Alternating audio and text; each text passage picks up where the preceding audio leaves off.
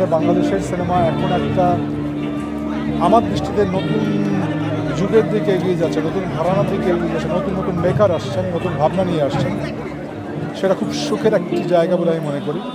এর জন্য সরকারি বেসরকারি অনেক পৃষ্ঠপোষকতা দরকার, অনেক সিনেমা হল দরকার, যাতে করে ছবিগুলো মানুষ দেখতে পারে। এবং অবশ্যই তার সঙ্গে রাজনৈতিক অর্থনৈতিক স্থিতিশীলতা অপরিহার্য। তো সেটা আপনাদের মাধ্যমেই আমি প্রকাশ করতে চাই যে আমরা যেন সুস্থিরভাবে আমাদের চলচ্চিত্র, আমাদের সংস্কৃতিকে এগিয়ে নিতে পারি। একটা সংস্কৃতি একটা দেশের খুব বড় পরিচয়, সেটা আমি মনে করি সবসময়।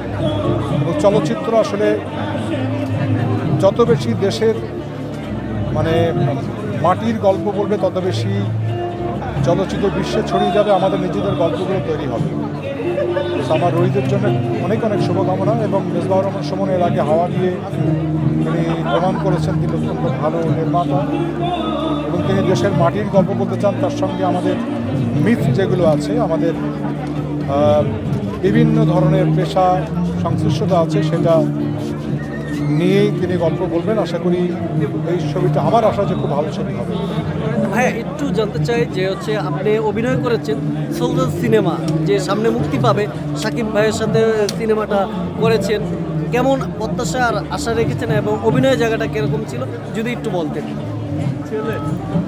আমরা তো যে কোনো ছবি করি আমাদের প্রাণপণ দিয়ে চেষ্টা করি, এবং আমি বলবো যে শাকিব খানও তার মধ্যে সবচেয়ে ভালো জিনিসটা যেটা হচ্ছে সেটা হচ্ছে সে একটা ছবিকে খুব ওন করে, সেই চরিত্রকে ওন করে খুব কাজটা করে।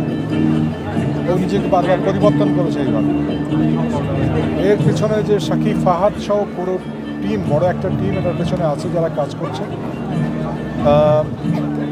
আমি যতটুকু কাজ করেছি আমার জায়গাটা আমি জানি খুব স্ট্রংলি এসছে। পুরো ছবিটা, সোলজার ছবিটা একটু সে পলিটিক্যাল ঘরানার ছবি, এইটুকু শুধু আমার আশা। কিন্তু তার সঙ্গে প্রচণ্ড এন্টারটেনমেন্ট আছে, নাটকীয়তা আছে।